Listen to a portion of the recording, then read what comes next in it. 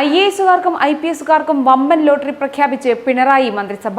Water ചാർജും current ബില്ലും വീട്ടുവാടകയും എത്രയായാലും ഇനി സർക്കാർ വക തന്നെ. വീട്ടുവേലക്കാരന്റെ ശമ്പളം വർദ്ധിപ്പിച്ച് അതും സർക്കാർ കണക്കിൽപ്പെടുത്തി. ബിൽ പോലും നൽകാതെ ഇനി ടൂർ അലവൻസും.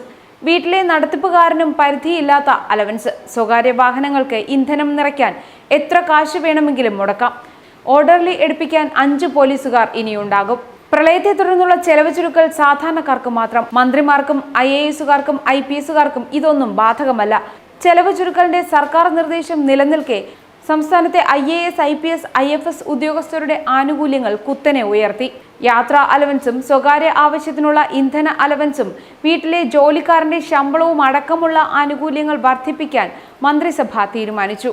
അഖിലേന്ത്യാ സർവീസ് ഉദ്യോഗസ്ഥർക്ക് അനുവദിച്ചിട്ടുള്ള അഖിലേന്ത്യാ സർവീസ് ഓഫീസേഴ്സ് അലവൻസുകൾ ധനകാര്യ വകുപ്പിന്റെ നിർദ്ദേശങ്ങൾക്കനുസൃതമായി 2017 ജൂലൈ 1 മുതൽ മുൻകാല പ്രാബല്യത്തോടെ പരിഷ്കരിക്കുകയായിരുന്നു. സെക്രട്ടേറിയറ്റിൽ ലാസ്റ്റ് ഗ്രേഡ് ജീവനക്കാർക്ക് ഇരിപ്പിടം പോലും നിഷേധിക്കുമ്പോഴാണ് സർക്കാരിന്റെ താളത്തിന് തുള്ളുന്ന സിവിൽ സർവീസുകാരെ കയ്യിലെടുക്കാനുള്ള പിണറായി സർക്കാരിന്റെ ഇടപെടൽ. IASകാരെ പിണക്കി ഭരണസ്തംഭനമുണ്ടാക്കാൻ പിണറായി ആഗ്രഹിക്കുന്നില്ല.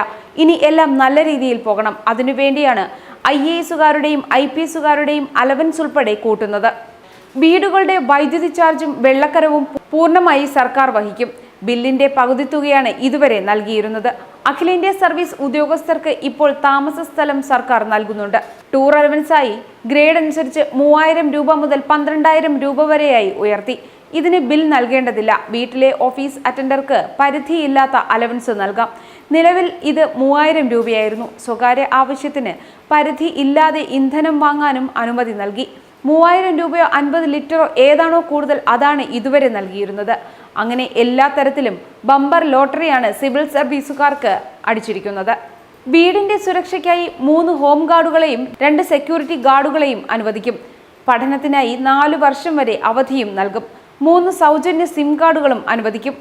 തുടക്കക്കാരനായ സിവിൽ സർവീസ് ഉദ്യോഗസ്ഥന് 56,000 രൂപയാണ് അടിസ്ഥാന ശമ്പളം. ഇതിനൊപ്പം DA, TA അടക്കമുള്ളവയുമുണ്ട്. ക്യാബിനറ്റ് സെക്രട്ടറി റാങ്കിലുള്ള ഉദ്യോഗസ്ഥന് 2.5 ലക്ഷം രൂപയാണ് മാസ ശമ്പളം. ഇത്രയും വലിയ ശമ്പളത്തിനൊപ്പമാണ് വാരിക്കോരി മറ്റ് ആനുകൂല്യങ്ങളും നൽകുന്നത്.